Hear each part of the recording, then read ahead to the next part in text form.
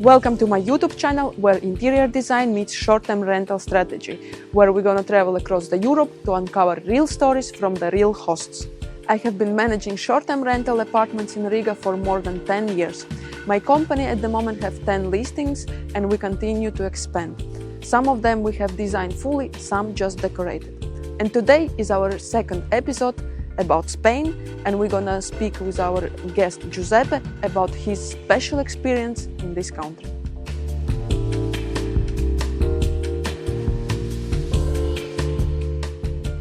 Hi Giuseppe, and Nice I to want meet to say thank you that you agreed to participate in my YouTube channel. So let's start with the first question. How did you started your short-term rental Airbnb business? How it was? It was like about 10 years ago in a very different environment because in 2015 I was in Spain and in Valencia I started, and it was an extremely different situation than now. Valencia was a kind of city not that international as now. Spain wasn't as international as now.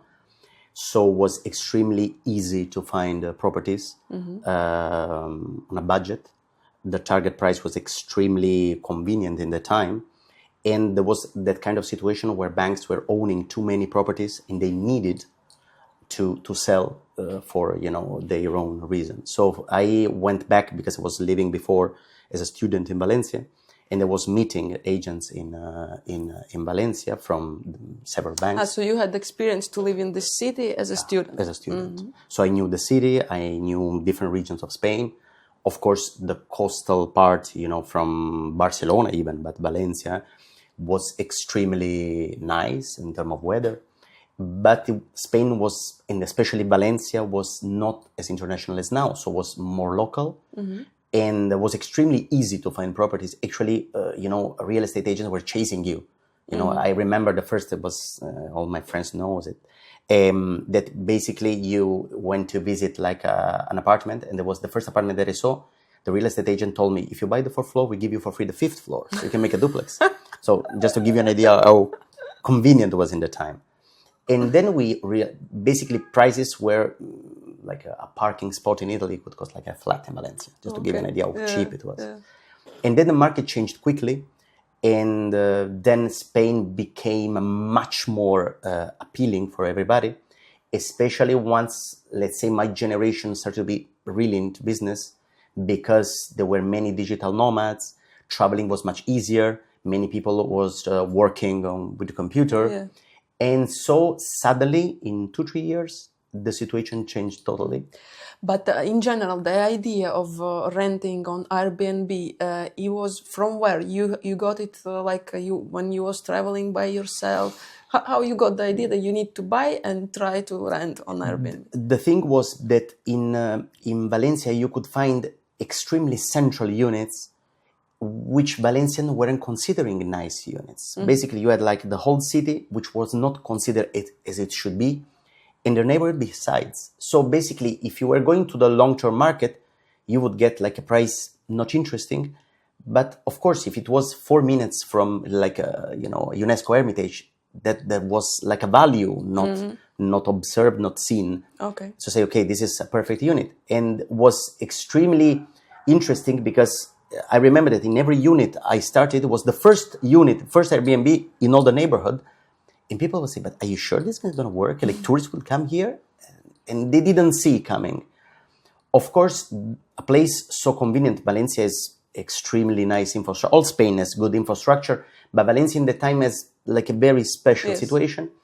And so suddenly, internationally speaking, it was known that the city was extremely nice. And so many people went there actually to live in the city. And so obviously the dynamic of prices changed quickly. Because more, I think it's overemphasized the thing of the tourism that changed the price.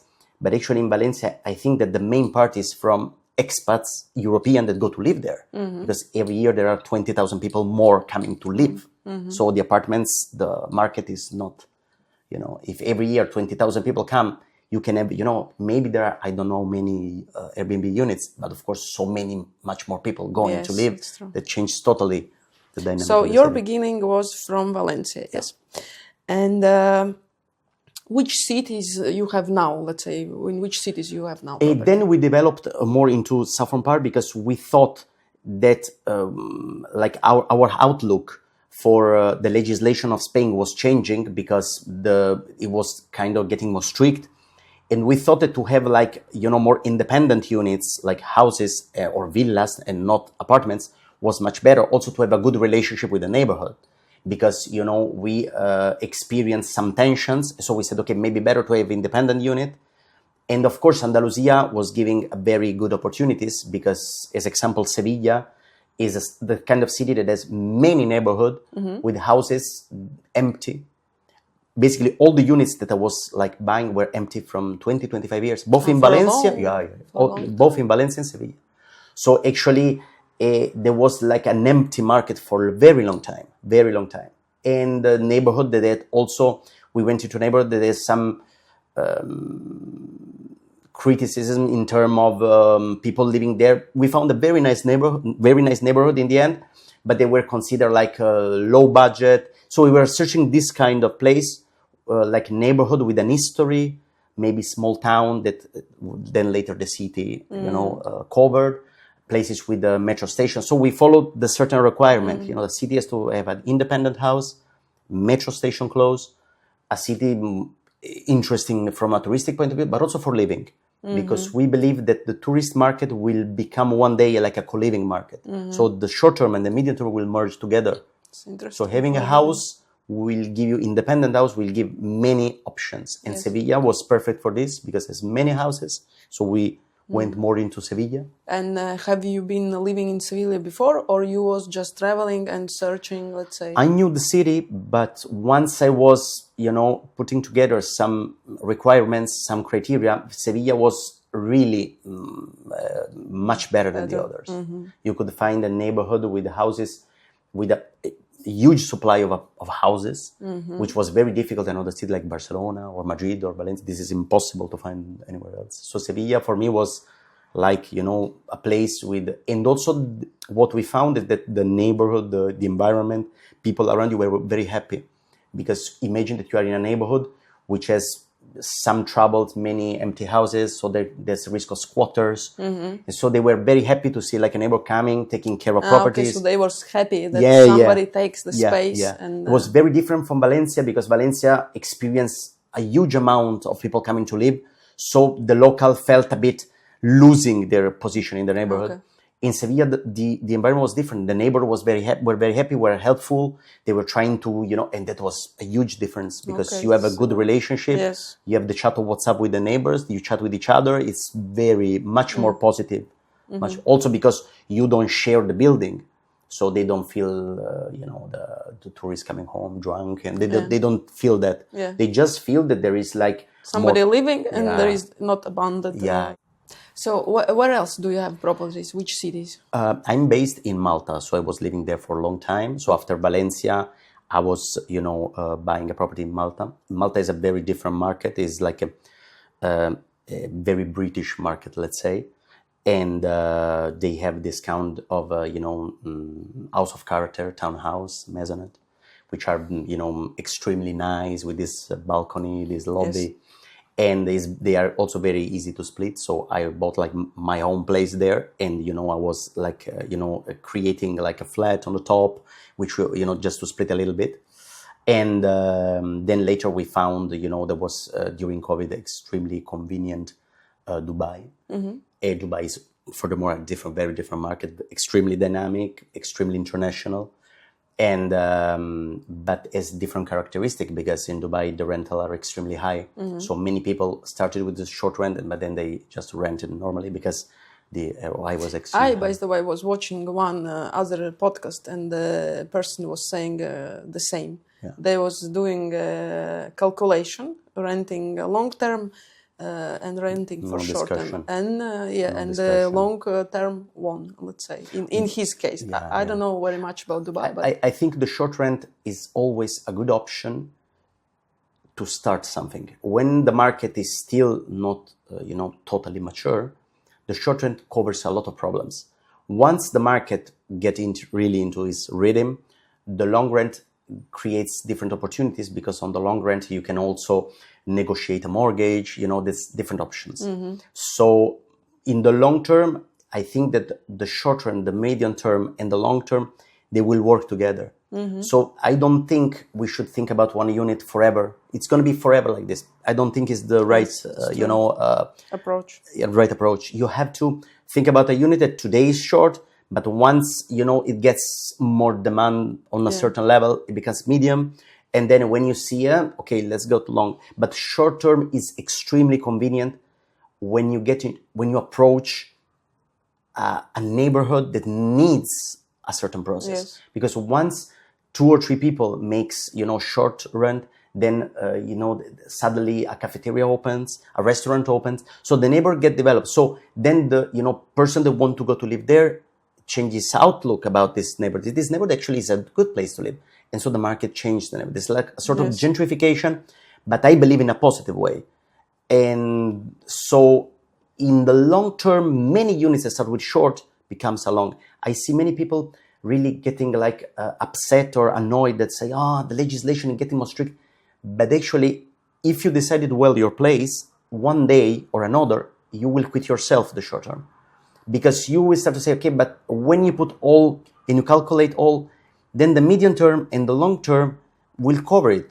So, and then you have much more free life, much more. So not necessarily that you need to see a conflict between short and long. So in the end, the short becomes medium, the medium becomes long. It's so important, as you said, that when you search the property, that you need to think not only about short term but also mid term and long term. So it should be like flexible. Yeah, it's flexibility. Extremely. And so when you find something independent, you have much more options, because okay, one day I will convert it into a co-living or with an area co-working and then you have so many options open. And it's better for you, and it's better for the neighborhood. It's better for the environment.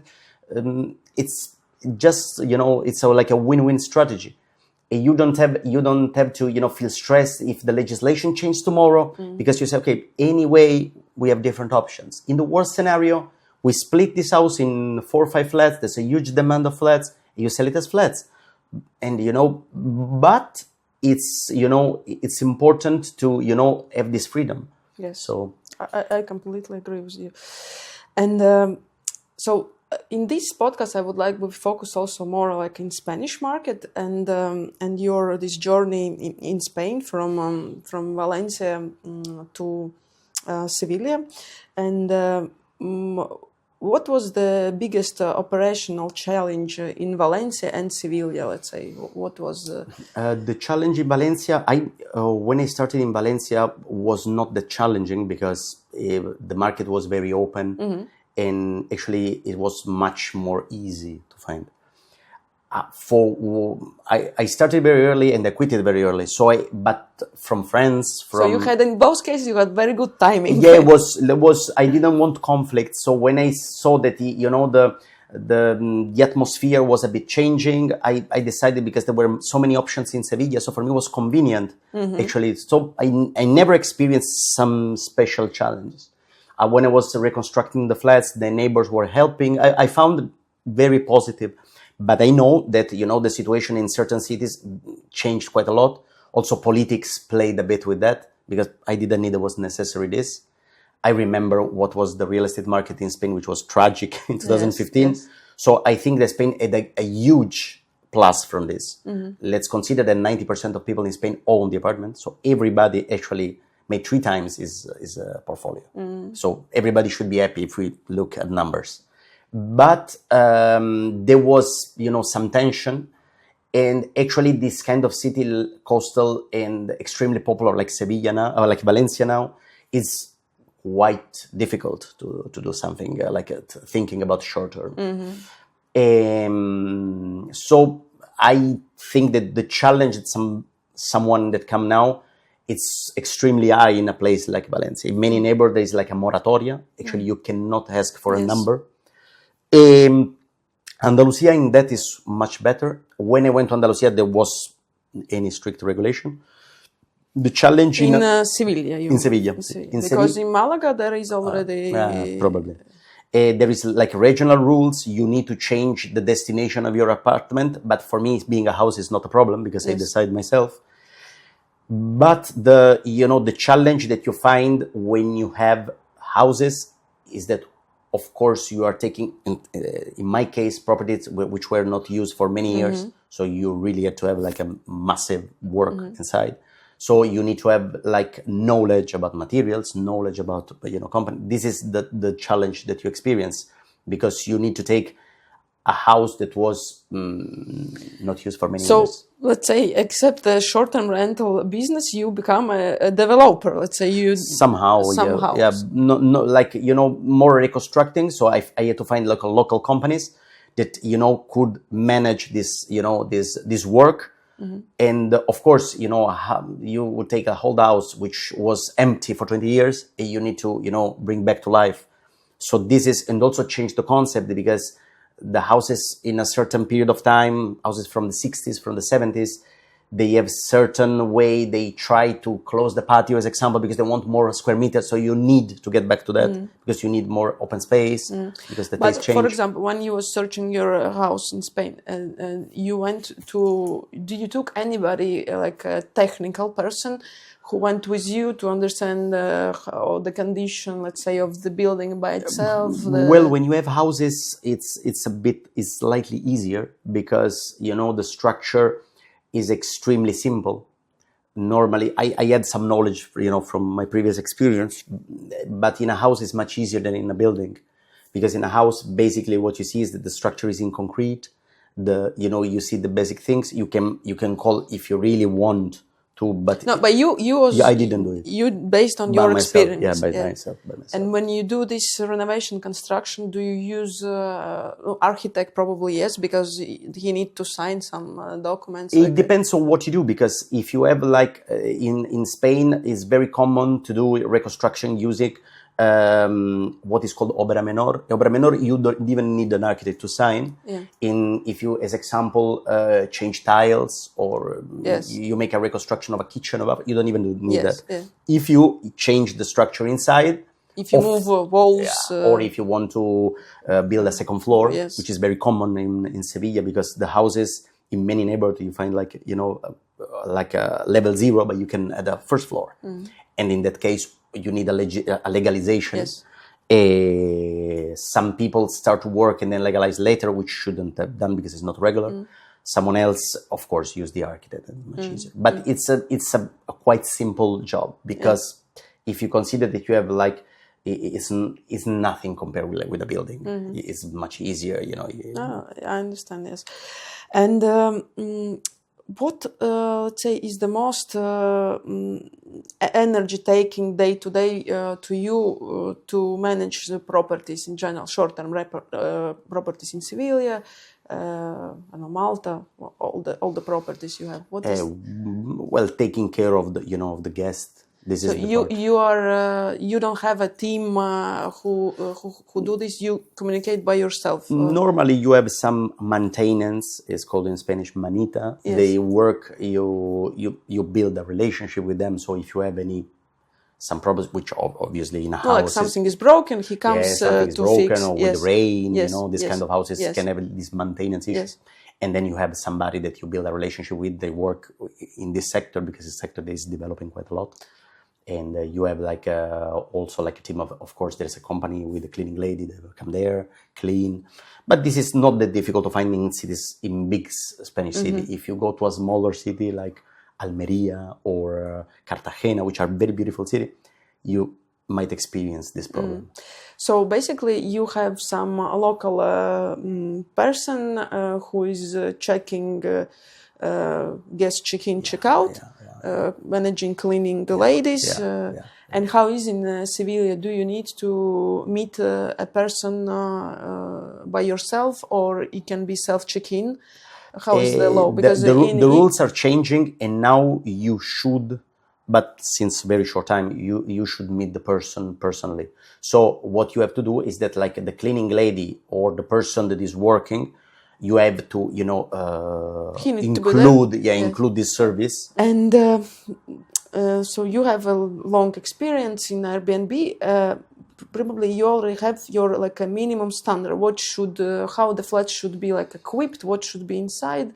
Let's say, what is your logic which you are following? I think that, this changed quite a lot with the time because, the market becomes more demanding. So normally the basic goal of your unit is to be independent. So my idea is that there must be a common space, like an open space, like the patio, but inside it should have, if you manage to have a desk, because many people come to work. Yes, it's true. It's changing the type of people that comes, and also change from city to city because some cities are more business orientated, so they need more the desk. They need more. If you get like more into touristic hotspot, they need more, cooking or this. So it becomes less important the desk. But since you don't know in advance, as example, we prefer to not put like a TV inside because also we don't want much noise. So we have the idea that the person should experience the place, not be on TV. So we just say, okay, not putting TV. Yeah, it's like a decision that we said. I don't say that it's, but it's something that we said. Okay, we don't want to have the TV in the house. We want the people to have like a real, not to be on TV. So we said, okay, we want more to put more effort into have a tree in the patio than to have a TV. It's the same cost. Maybe, I don't know if it pays off because I don't, but we decided this way. So, we don't want to be in the, but this is the thing that we don't want to. But I think also in our days, especially young people, they are not watching very much. No, I don't think so. The only thing is that sometimes when some family come, they say for the kids. Yes. But we are quite, all along we said, okay, the only thing we don't want in the apartment is we can get more into, but the TV, this type of space, we want more space that people that, they are working or they are like in the common space, in the patio. We want them to live also a bit the Andalusian life, which is much more outdoor. And for example, this kind of things like iron, this...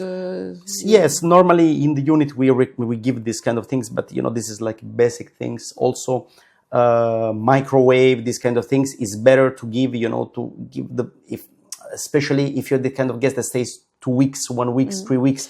But for example, we don't provide microwave. We are more focused on the oven.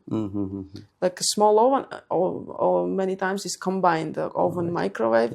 Because we have experienced that people also cook in the oven. Like, interesting. Okay, so let's move to the next question. Do you use these dynamic pricing platforms or some calendar combining platforms? So what is your experience in this? Every city has a different style because every city has a very different season.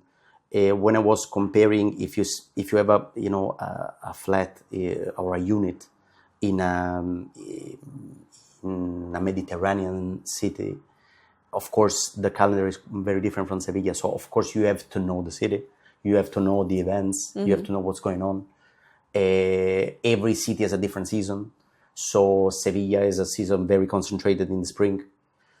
Summer actually is low season. August is low season in Sevilla, even though it's changing because many people come to Sevilla and then go to Malaga. The biggest advice I can give is that you have to know what's going on in your city. And then, of course, the calendar has to reflect that.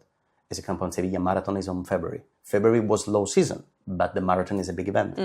So, and it changed. So they are trying in Sevilla, the Ayuntamiento, the city hall, they are a bit copying what Valencia did because Valencia, their goal was like to make the season bigger and to make the city bigger.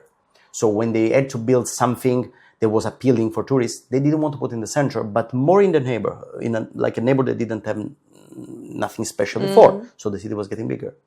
And it was like a strategy that was like a long-term strategy. And it paid off enormously. Sevilla was a bit less into this because you notice that the center is much nicer than what is outside. But it's changing. And also they realized that the season should be bigger. So first they were very focused on the Feria and Semana Santa, but now there's like the marathon took much more space. So if you manage to have a bigger season, it's much better for everybody. And so when I speak with the, taxi drivers, they say that there are more tourists and they are more spread in the season, which is much more beneficial for the city. So the goal is actually to get like the calendar bigger not to get. It's not that important to have as many tourists, but like spread it, because also the local people don't feel this over tourism. Yes. So it's much better for everybody. So basically, how you do concrete in your flats? Do you check what is happening and you manually do this? Normally you can do manually, because every season is different, and also there's the weather that has a big impact, because people that comes are different than before, so there's many last minute. So the weather plays a big role. So of course, if you have something automatic, they cannot reflect this. If you have a very sunny winter, of course it's different than if you have a very rainy winter. So it's something you should manage depending on the response that you got. So let's move to the next question. Which market is easier to run for you from all the markets you are having apartments in? Normally, once the city gets bigger and more international, it's easier to run, because it's much easier to find companies for cleaning, for the maintenance. Besides that, once the market becomes more international, more units become long rented, which is much easier. So at the moment, for me, Dubai is extremely easy. But before, as example, was much easier Seville. So it depends on the moment. But as general criteria, the bigger city gives you more opportunities. For you at the moment, which city is more profitable from your cities? In terms of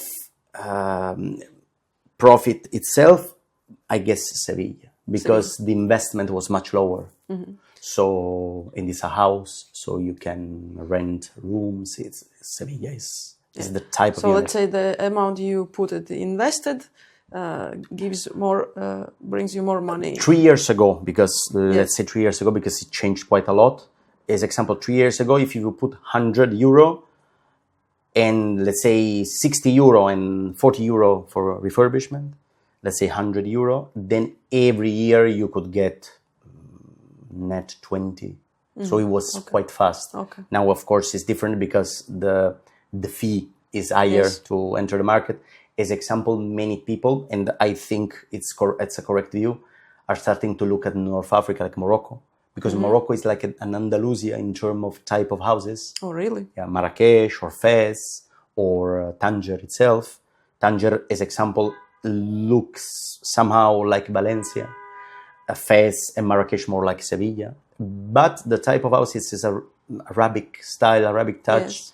The type of house with a patio in the middle are very easy to be used in this way. Of course, it needs a bit of time, but Morocco is the next step. After you go to Andalusia, if you want to continue this way, Morocco is the next step. Of course, you are planning by yourself? No, you always look around. Yeah. So Morocco can be also, because Morocco and Spain are working together in many projects, like the World Cup. Yeah. And so it's a lot of also Moroccans in Andalusia. They think that one day there will be like a connection. I don't know if a bridge or like a tunnel. Interesting. They are planning that, but Spain is investing a lot in Morocco. And Morocco is a city extremely beautiful. Is a country extremely beautiful. As a city is extremely beautiful. So maybe Morocco it can be the next Andalusia in this sense. Interesting. And what do you think in general about Airbnb short-term rental future globally? Would it continue to exist, or what do you think? It will change quite a lot. My idea is that the short term, the medium term will merge together. We have this kind of, we think like in separate, like, there is like the long-term living, the families, the student, the tourist. But I think that these categories will merge a little bit together.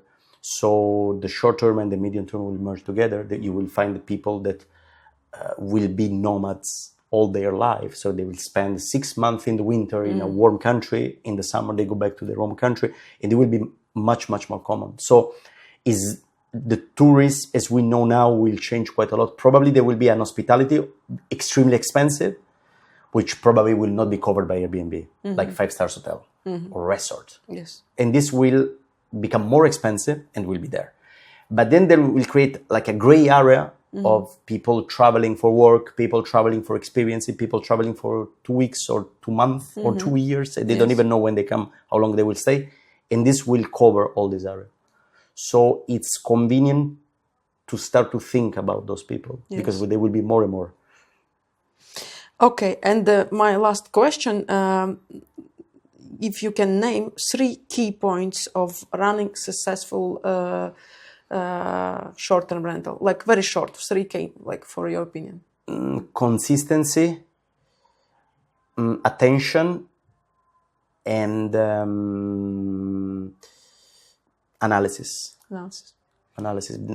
This is the 3 things. Analysis come first because before you invest. Okay. Yes. Then consistency, because sometimes you need time, and then you need to pay attention to what is going on, and how to the feedback that the people that comes, the people around, everybody deserve to be listen, from the taxi driver to because everybody knows something, and you need to understand exactly. Put everything in there. Yeah. Okay, thank you very much. Thank you. It was a very interesting conversation, and thank you for joining. Thank you.